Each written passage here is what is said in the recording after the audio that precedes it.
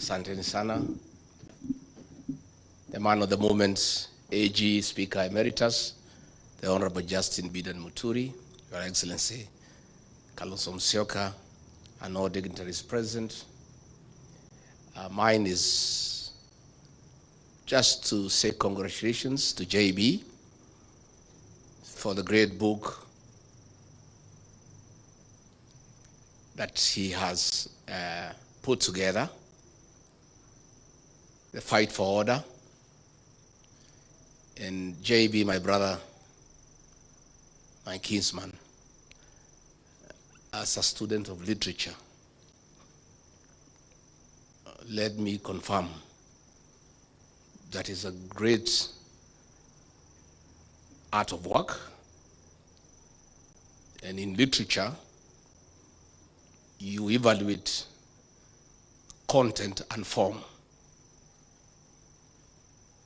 At the University of Nairobi in the 80s, there were two schools of thought on what defines a great work of art. One group led by the late Professor Chris Wanjara believed that a good work of art is content, what you say. Another group led by Professor Henry Dangasi believed that a good work of art is the form, how you say it. Reading this great book, I want to confirm that it is splendid in both content and form. You have told a good story and you have told it well. JB Muturi, my brother, is a great friend of mine. We have come from far. We were trying to make Uhuru Kenyatta president in the year 2002 together with Murathe. Those days I used to take Uji Murathe, I quit the club. I'm still told you are taking Uji in the layer. And we did not succeed. We proceeded until we made Uhuru Kenyatta president in 2013. And he became speaker. I joined him as a member of parliament in the 12th parliament. And we've been very close. Then we looked for government together, we were in the same cabinet.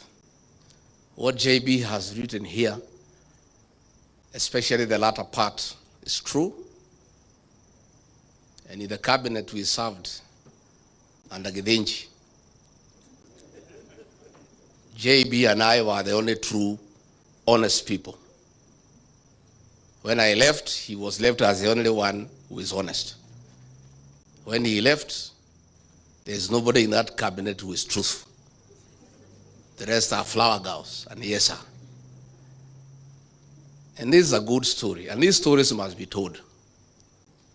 I will be telling mine, but not now, I'm too busy. I have some work to do. But I'll be doing a good work on the Ruto betrayal as we go on. It's good to tell this story because JB tried to bring order to government like he had brought in parliament. And JB was a good speaker. Despite the fact that he came from TNA, he never became a youth winger for Uhuru Kenyatta. JB and Kenneth Marede were two great speakers. It's unfortunate the speaker we have today is a youth winger. You find him in empowerment forums giving people maharagwe. And for that, JB, we salute you. You created order in parliament. You tried to create order in government and you got in trouble, like myself. That's why we are out with you in the trenches. Because you tried to create order. Let me confirm to the people of Kenya that JB Muturi as Attorney General saved this country billions of shillings by refusing to sign shady deals that were laced with conflict of interest and state capture. I remember when one day he was in Dubai and William Ruto called me very annoyed and very angry and full of abuse, abusing JB Muturi in all manner of abuses. Wewe Rigiji, tafuta hiyo mtu yako ya bere, hiyo mjinga. Bure kabisa hiyo mtu. Hii sanamu mlitoa wapi mliletea mimi as Attorney General? Tell him, nitafuta yeye kazi. I'm telling him to do things he cannot do. Tafuta yeye, si mtu ya kabila yako. Huyu Ruto anasema hataki ukabila. Tafuta yeye and tell him to sign those things. Hey, I called JB. Hey, AG, where? Boss is burning. He is all over. Kwani umefanya nini? What have you done, my brother? You are in trouble. He said I was coming. I'm at the airport, and the boss has called me. I met some business people there and signed a contract on the runway. And I've said I can't. I need to look at the document, give it to people at the chambers, interrogate, and advise government whether it's in order or not. I cannot sign. So I called the president. I said, no. Boss, what you're asking JB to do is wrong. He's on transit, and he's being given documents by people he doesn't even know to put his signature as Attorney General that it is right. And he stood his ground. He was trying to call government to order. I remember one day we were in Naivasha for a conference for cabinet secretaries and principal secretaries. And William Ruto called me to his room again and abused me and my community because of JB Muturi. Hii mtu yako ya bere, buri. Ebu muite hapo muambie hiyo vitu nimwambia afanye. And he should not tell me anything. I'm the president. I am not a lawyer, but I'm the president. What I want must be done in this country. Can you look for him and you get back here uniambie? So nikatafuta JB, nikaita yeye kwa room yangu. JB, again wewe, you have robbed my boss the wrong way. What's the problem? JB said he is asking me to sign a deal to buy land with the funds from the Settlement Trust Fund, SFT, for putting up an industrial park. This fund, by law, you can only buy land to settle squatters, to settle Kenyans who are landless. You cannot use it to buy land for any other purpose. I cannot do it as Attorney General. Please tell him I will not do it. So I went back to him, I said, it cannot be done. And he has explained to me, and I agree 100%. So when JB Muturi says we need to call the country to order, he has lived those words. And he was my soulmate in cabinet, because he was only the truthful person who is fearless. One day, when they are in cabinet committees, the president had tasked his tribesmen there in cabinet to keep him informed on the deliberations in cabinet committee by text. So if the direction a debate is taking is not going his way, especially in issues he is conflicted, he would send you a text and tell you how to take the conversation. So JB looked for me and we agreed what to do. Himself and myself, we will leave our phones away so Ruto cannot reach us. By the time he has been told what he wanted is not going the right way, to a petition. And he has told you, I would say, I rose finance bill, everybody. Oh, mkubwa ni mzuri. I said, boss, this thing cannot be accepted by the people of Kenya, and we'll have an egg on our face. Kenyans will not take this finance bill. He took me to task. I said, no. I told the Secretary to Cabinet, Masi Wajau, put it on record for posterity. I have said, no, it will not work. So when it did not work, we went to cabinet. I wanted to revisit the matter, akakata. I said, boss, can we go back to what I had said? After the agencies brought a problem. The worst, of course, is when JB's child was abducted by the National Intelligence Service. And he called me, William Ruto was out of town, and said, Deputy President, my son has been abducted. I'm talking to everybody. They are taking me in circles. This is not acceptable. And for your information, if your child is missing and is suspected to be the hands of the police or security agencies, you go to court and file what you call a habeas corpus compelling the Attorney General to produce the person, dead or alive. So J.B. Muturi asked me, as Justin Muturi, if I file a habeas corpus against the Attorney General of the Republic of Kenya, whom will it be served upon? So I called Kindiki, Mr. Yesa, he took me in circles. He was in Interior. I could see he's lying. He knows, but pretending he doesn't know. I called Nudin Haji, he took me in circles. I called Mohammed Amin, director of CID, he took me in circles. I called Japheth Kome, he was the IG, he was talking to me in Kemeru. And they were all taking me in circles. And I called William Ruto, he was out of town. I said, Mr. President, Your Excellency, we have a problem in our hands. The son of your Attorney General has been abducted.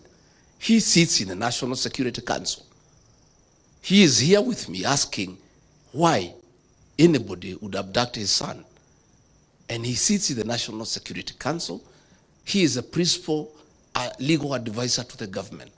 If anybody had a problem with his son, it's just asking Meji, can your son turn up here? I say, this is not right. Wewe Rigiji wacha fitina bana. Wewe umenisumbua. Kila siku unanipigia simu fitina. Abducted by who? In which country? Wewe bana usinisumbue. Usilete mimi fitina. He's put on the phone. So I told JB, go and face him. He knows where your son is. I've listened to him, I know him.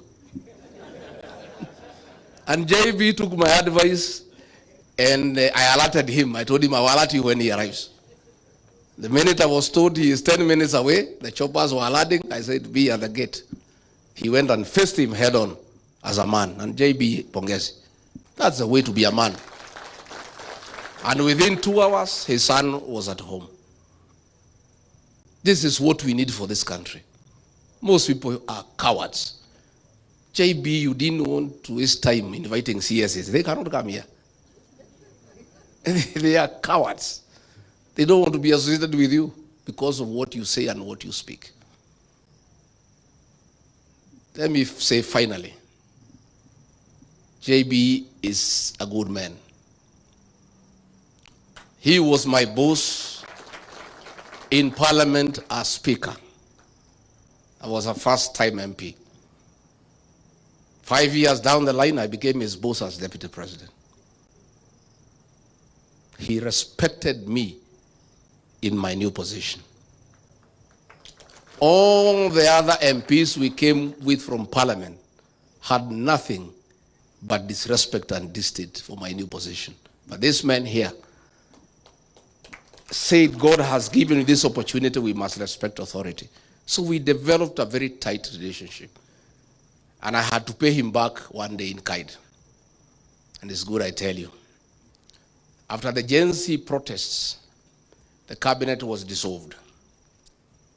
And William Ruto was struggling on what to do, bring Raila and his people in, this, that, and we let him do what he wanted to do without too much argument. And he announced the first batch, and out of the positions I had negotiated for my counties where I come from, he did not appoint anybody from Embu. And I asked him why. He said, let's wait kidogo.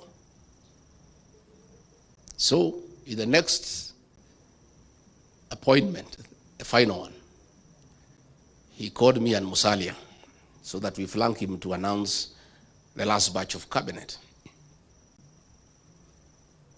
And he was in a hurry, let's go. I said, hey, what do you mean we go? How?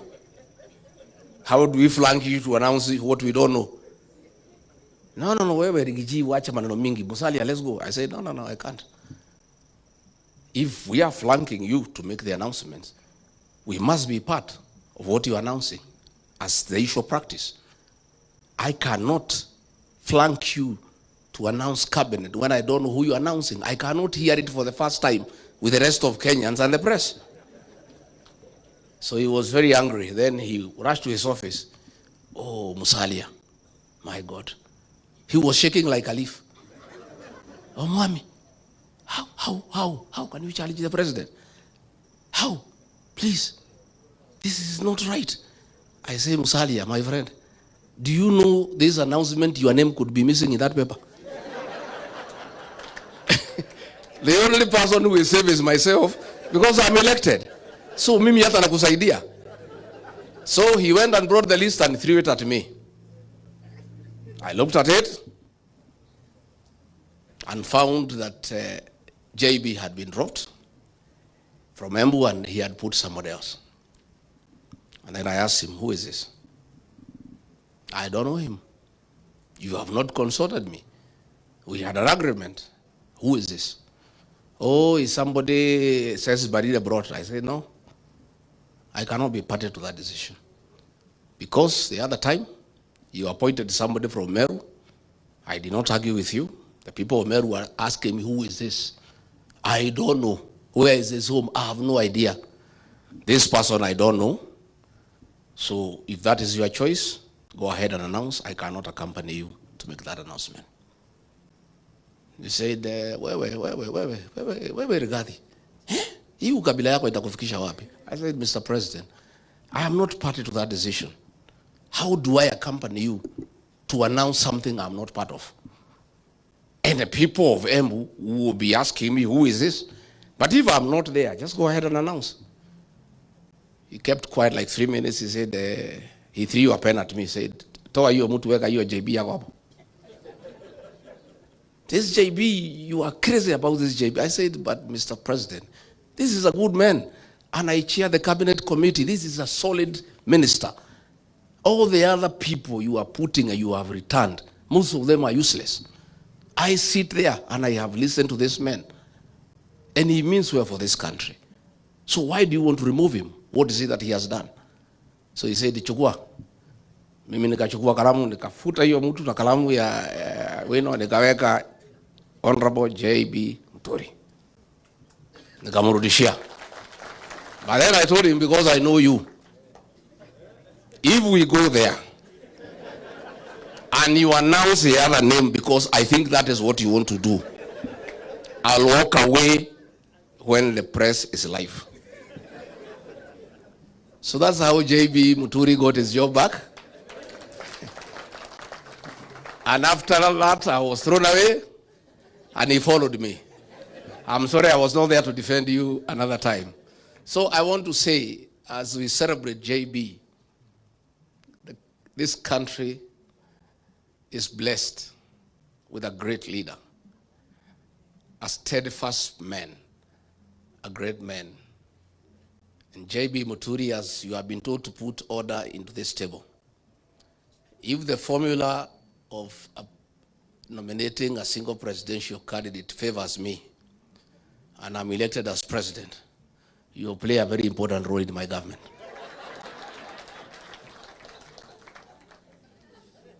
And for having been kind to me, when you asked me to step down my candidate with Senator Lene Kivuti, our senior elder, you know, in our community, we have seniority of elders. If Lene Kivuti summons me, I'm a junior elder in my community, and gives direction, I just have to honor. So when Lene Kivuti and JB Muturi summoned me and said, as better people, we have decided that you step down your candidate in favor of Newton Karis, I agreed with the two senior elders from our community, because that is the way things should be run. So JB Muturi, please take us to Bere with Senator Kivuti and call the people of Bere North to order. Because Kasongo has put 300 million shillings so far in that by-election.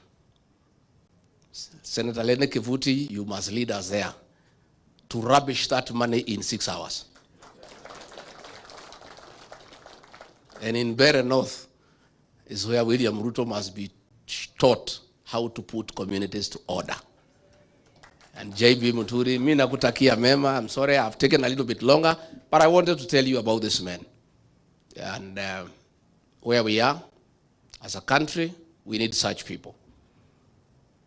JB Muturi and myself could not last in that government. The leader of that government is a pathological liar.